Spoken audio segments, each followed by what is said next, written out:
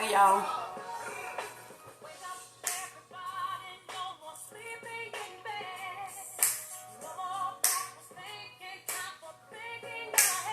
Hey. Yes.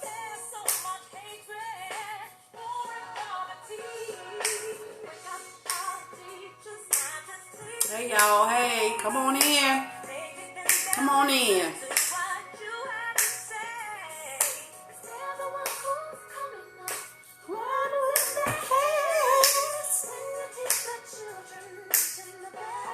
Yes. That's Eve, y'all. I ain't heard Eve in a minute.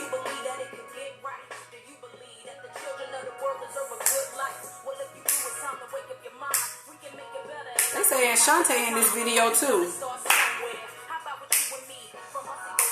Eve need to come on back out with something. I'm gonna leave it on low. So listen, it's your girl Kimberly Therese with Love You First from the Inside Out. The way God intended, teach you to break up the fallow ground by finding the beauty inside your imperfections. Y'all know I've been on this kick for over a month now where I'm telling everybody it's time to come together. It's time to bring a change, but it got to start in us first. And we got to get all that hate, all those issues, all that pain, all that hurt out to make a better us on top of make a better world. You can't make a better world if you're not doing better. If what you got inside you is taken away from your call, your purpose, your walk. So, after we finish talking, if you have an email address, send me your email address in my inbox and I can give you all the details of the things that I'm doing. I'm trying to be more professional, get to that point. At first, I said I have to be me and whatever, and some days I will be.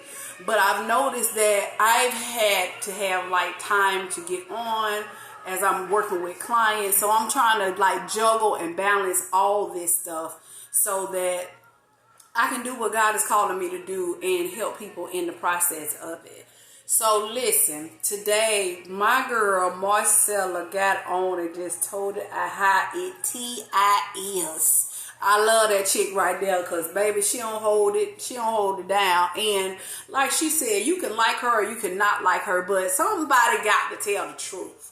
Somebody got to stand out. Somebody can't go in with everybody else and say, oh, rah, hoorah, and all that stuff. We can't do all that. We got to call things out because it's at that time where you can't hide behind the truth. You can't hide behind the screen. You cannot hide behind a wall, but you got to come out and you got to come out fighting. You got to come out fighting for yourself, your family, and the world. But I said that to say this because today I'm going to be talking about feelings. She confirmed it through her jumping on and saying this, and y'all got to say, hey, it be comments after I get off, but I don't see nothing. So type, say hey, say hello, don't be rude. So just get with me. I think that's going to be my little thing. Say hey, say hello, don't be rude. So, but, talk to me, interact with me, and tell me your take on what I'm saying. Because if there is logic to anything, then the emotion behind it would make the difference. Because we all got to have compassion. We got to have a mindset to help ourselves as well as help others. So, the thing, like I said, what I want to talk about today is feelings. We get in our feelings about things. But at the end of the day, what I find out? A lot of times we're in our feelings because one is something that somebody done told us about us that other people have said and we're in denial. Or two, we get in our feelings because we look up to that person and we never expect them to come at us in such a way that would allow us to think about what they said.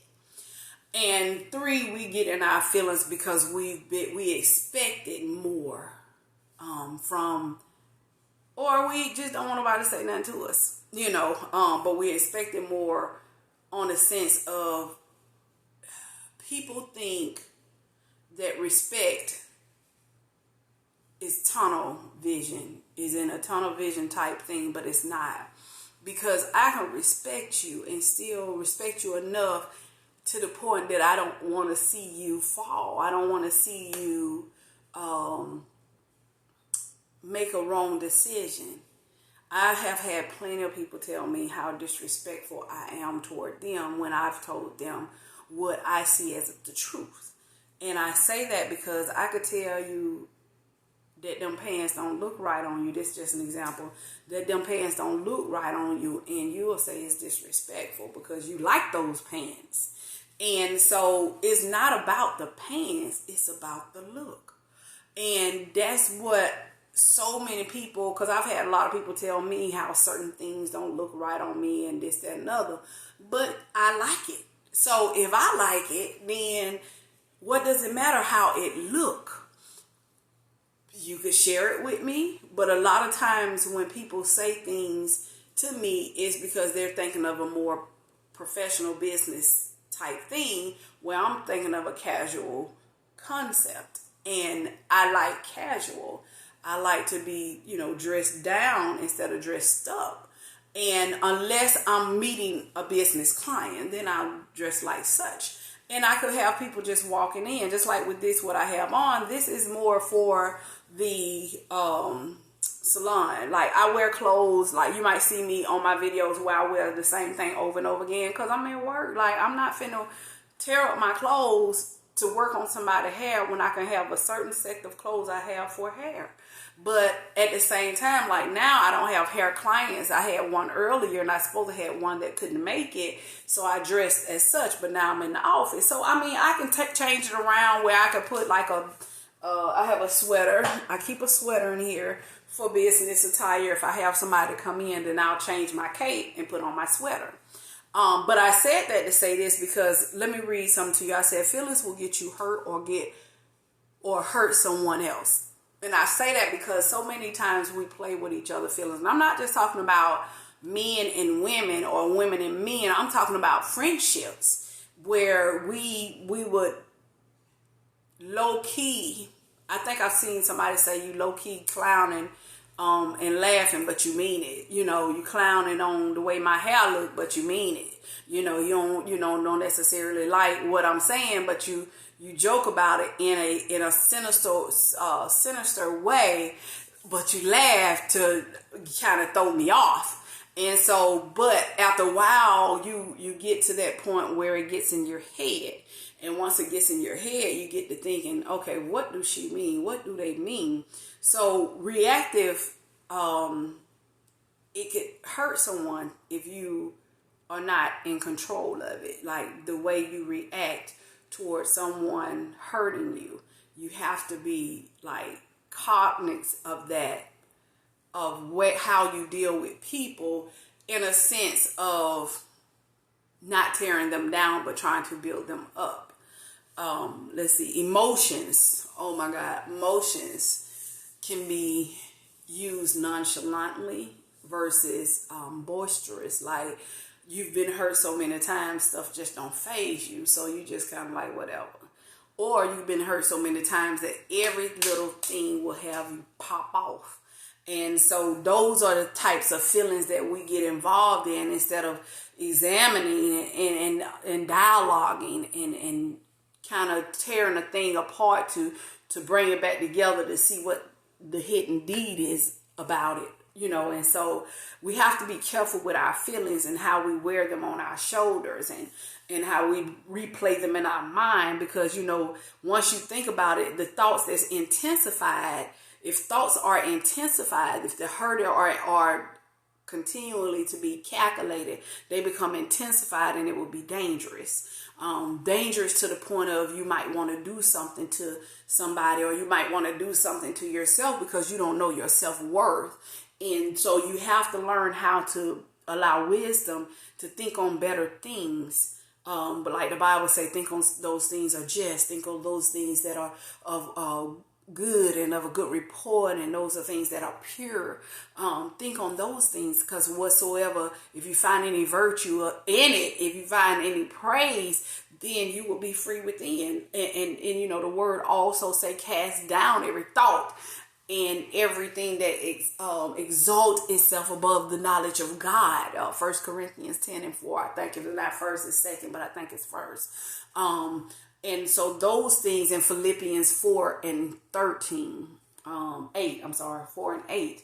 Those things are the things that you should cast down, those thoughts of hurt, cast down those thoughts of pain, cast down those thoughts of wanting to hurt and inflict pain. You gotta cast those things down and start thinking about okay, so let me give y'all an example. If somebody's in your life that is not bringing joy and not bringing peace and not bringing encouragement, then examine those things. Examine those things to the point where you can sit and you can say, hey, is this really a good situation for me? Because every time they come around, I get mad, I get upset because they clown on me, and I don't like the way they clown on me. I mean, I've been in my life a few times where I've been around people and they, low-key clown on me, and I'm not going to say that I always liked it because it didn't feel good, especially if they called something out that had already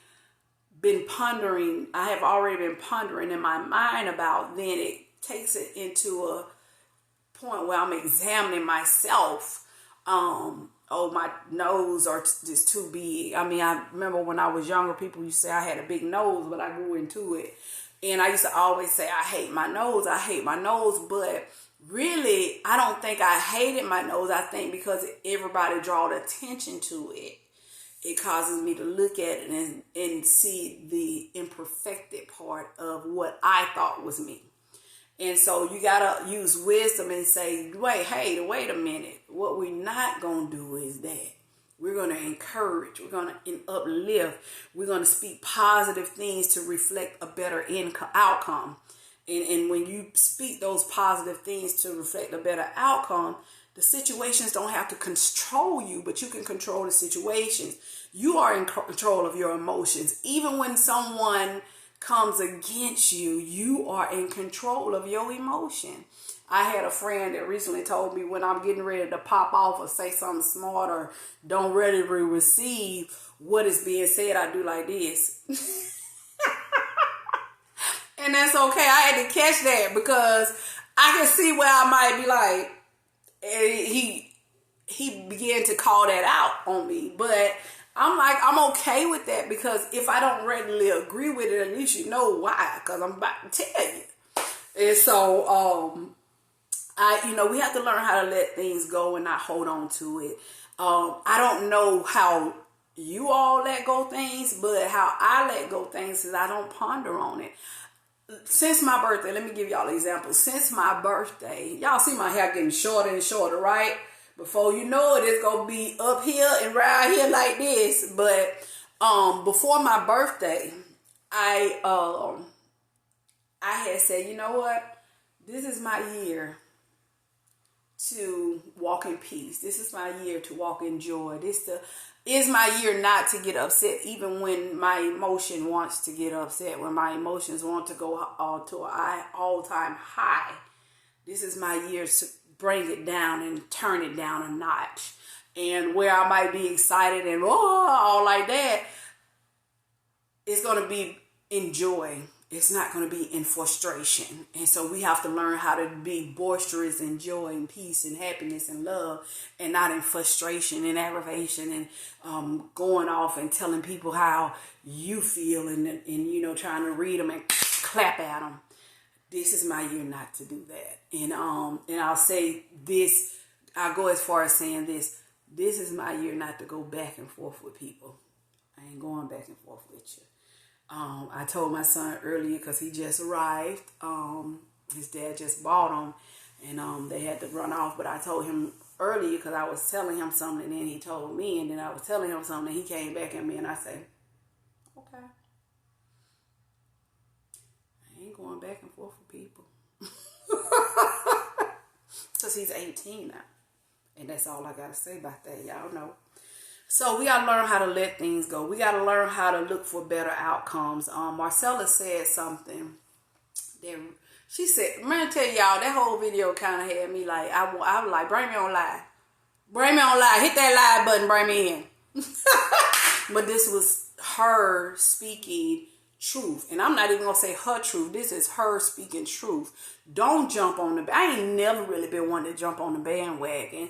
And I'll say this as far as that. I will support, but what I will not do is jump on the bandwagon of uncertainty. I won't jump on the bandwagon of foolishness. I won't jump on the bandwagon of statements that's trying to be made outside of the truth of the matter. I won't do that. Now if it's the truth, I'm behind you. If it's righteous, I'm behind you. If it's of a good heart, I'm behind you. And I said that to say this because she said something is, if you haven't examined your heart and you're protesting, you're coming against everything on somebody else's behalf, then you need to stop. If your heart is just to say, oh, I'm here because of the George Floyd movement. It's not a movement of George Floyd. Yes, it stemmed from that, but it's a movement of being treated equally. It's a movement of, hey, what we got going on now is, let me put on this thing because I know that I feel like y'all saying something, but it's a movement of what's right. And what we can't do is jump on a movement of, hey, let me just show my face. Let me do this and let me do that. We can't do that because at the end of the day, it's all relevant to the cause. And she said something else. If you ain't been doing nothing in your community in itself, why are you jumping on to what's going on now? Go into your community.